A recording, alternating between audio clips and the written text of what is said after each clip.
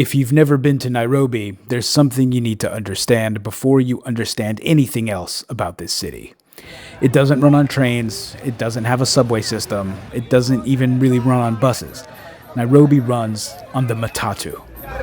What up, cowboy? How you doing, bro? A Matatu is a privately owned minibus. 14 to 33 seats, a driver, a conductor, a route from point A to point B with stops along the way. On the surface, it sounds like any other form of public transit that you might have seen anywhere else around the world. But it isn't. This is a video camera. Yeah, it records anything that I point. Yeah, I can record on this. So I record for YouTube. Today we're recording Matatus. Okay. Yeah. You want to say something to the United States? No. Say something. No. Are you sure? They want to hear from you. Yeah, they want to hear from you. The word Matatu comes from the Kikuyu word for 30 cents. That was the original flat fare, 3 10-cent coins, when the vehicles first hit the streets in the 1960s.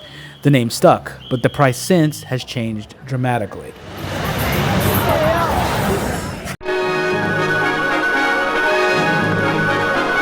The garden party at Government House was an informal farewell to British rule in Kenya. At midnight, the Union Jack was lowered for the last time, and Kenya ceased to be a colony and became independent. Then it was as though someone had said, "Let joy be unconfined." Uninhibited tribal dancing took over. Here's how it all started. Kenya gained independence in 1963. The population flooded into Nairobi faster than the government could build roads, let alone a transit system.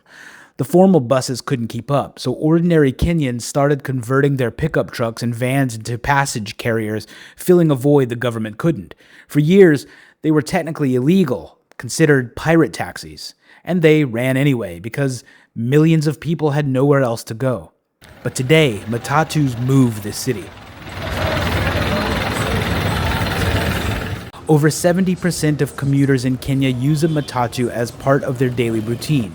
Walking and Matatu travel together account for nearly 90% of all adult commuting in urban Kenya. There are roughly 10,000 Matatus operating in Nairobi alone, and the sector employs more than 100,000 people. These are drivers, conductors, mechanics, artists, and designers. So this is one of the Matatus that they're actually working on. Totally like redoing the seats here. Even the ceilings have like art. This will light up at night. And yeah, this is really cool. This is an entire economy, and one that deserves to be seen. Oh, the Lion King. That's cool. Oh my God, is that Joe Biden eating ice cream? In this multi-part series, I'm going to take you into the streets of Nairobi to see the Matatus, meet the mechanics and the designers behind them, introduce you to the hype girl blowing up their popularity, and finish off with a night ride on one of the most hyped Matatus called Phenomenal. Please take 2 seconds now to like, subscribe, comment on the video where you're watching from. Kenyans know this world already, and YouTube tells me that this video subject is virtually unknown in the rest of the world. So help me blow this up, and hopefully this inspires you to know a little bit more about what is happening on our planet. And maybe when you visit Kenya one day, you'll see a Matatu or even ride in one, and you'll remember this video. Now, not every Matatu is the same, and if you spend any time in Nairobi, you're going to hear a word, nganya. A Matatu is the vehicle. A nganya is the statement that defines the soul. It's about lifestyle, hype, and art. A nganya is fully customized, a tricked out version of a Matatu. It's got graffiti on every side, neon lights inside, massive sound systems, flat screen TVs, Wi-Fi. It is, as people in Nairobi will tell you, something beyond a public transport. It's a feeling. Stepping into nganya during rush hour is like stepping into a club on wheels. It moves through traffic, neon lights bouncing off the walls, Gengetone or trap music blasting from the speakers the size of a suitcase. The conductor is dressed in streetwear, not really a uniform, calling out stops and slang. It's a whole vibe. It's an entire experience. Every route in the city has its own flavor, its own hierarchy. One of these Matatus for one part of town is not the same as another dedicated for a different region. Everyone in Nairobi knows this. They know all of the differences, which one is going where, and which one is gaining in popularity. On the sides of these vehicles, you'll find something very unexpected, a gallery. airbrushed portraits of African rappers, American movie stars, sports teams, international celebrities, local Kenyan musicians, football clubs, religious icons, political figures. Each matatu is a canvas, and each one tells you something about what young Nairobi finds cool, what it finds worthy, and what is worth celebrating right now. Every few years, the Matatus are stripped and new art comes alive. So for example, if you go to my first video about this, link is at the top, you can see all of the Matatus that were popular in 2022. But now, these are outdated. Dr. Kenda Mutongi, historian and visiting professor of MIT, called the Matatu a window onto the socio-economic and political conditions of late 20th century Africa. She wasn't exaggerating. These vehicles reflect rapid urbanization, entrepreneurship, youth culture, political critique, representation, culture. It's all right here in one place, all of it, moving through traffic at 80 kilometers an hour. But this culture has never been without a fight. Part of nganya culture gets a bad reputation. Some people in Kenya regard them as loud and obnoxious, unsafe as they are known to speed through traffic. Thousands of Kenyans die on the freeways each year, and some of those are due to reckless matatu driving. The two conductors were caught on camera hanging precariously off the entrance of a matatu plying the Jogoo Road route in Nairobi. The matatu that was being driven carelessly could also be seen competing with an adjacent one, with the conductors at one point stepping on the other matatu. They're blasting loud music, the drivers can sometimes be inebriated, the entire enterprise can be a disaster if the wrong driver is behind the wheel.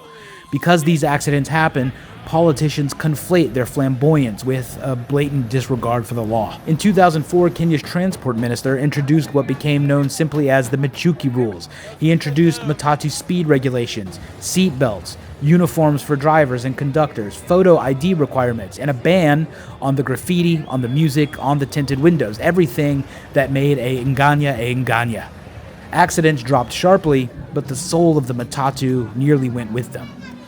Then, in 2013, President Uhuru Kenyatta reversed it. He brought back the graffiti, he brought back the music, citing job creation for the youth, and forced matatu owners to organize into savings cooperatives to encourage self-regulation.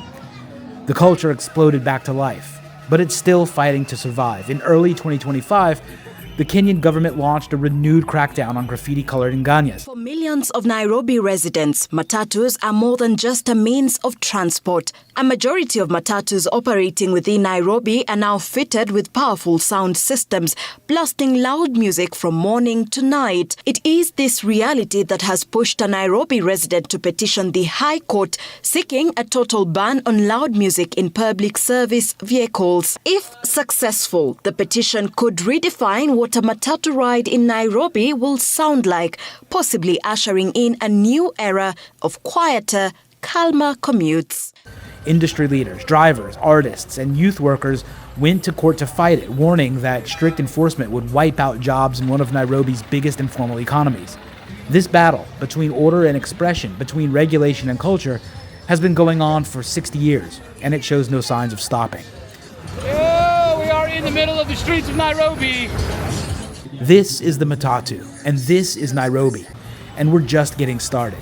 Thanks for watching. In the next episode, join me and meet Shivara, aka Matatu Hype Girl, who will bring us even deeper into the world of the Matatu.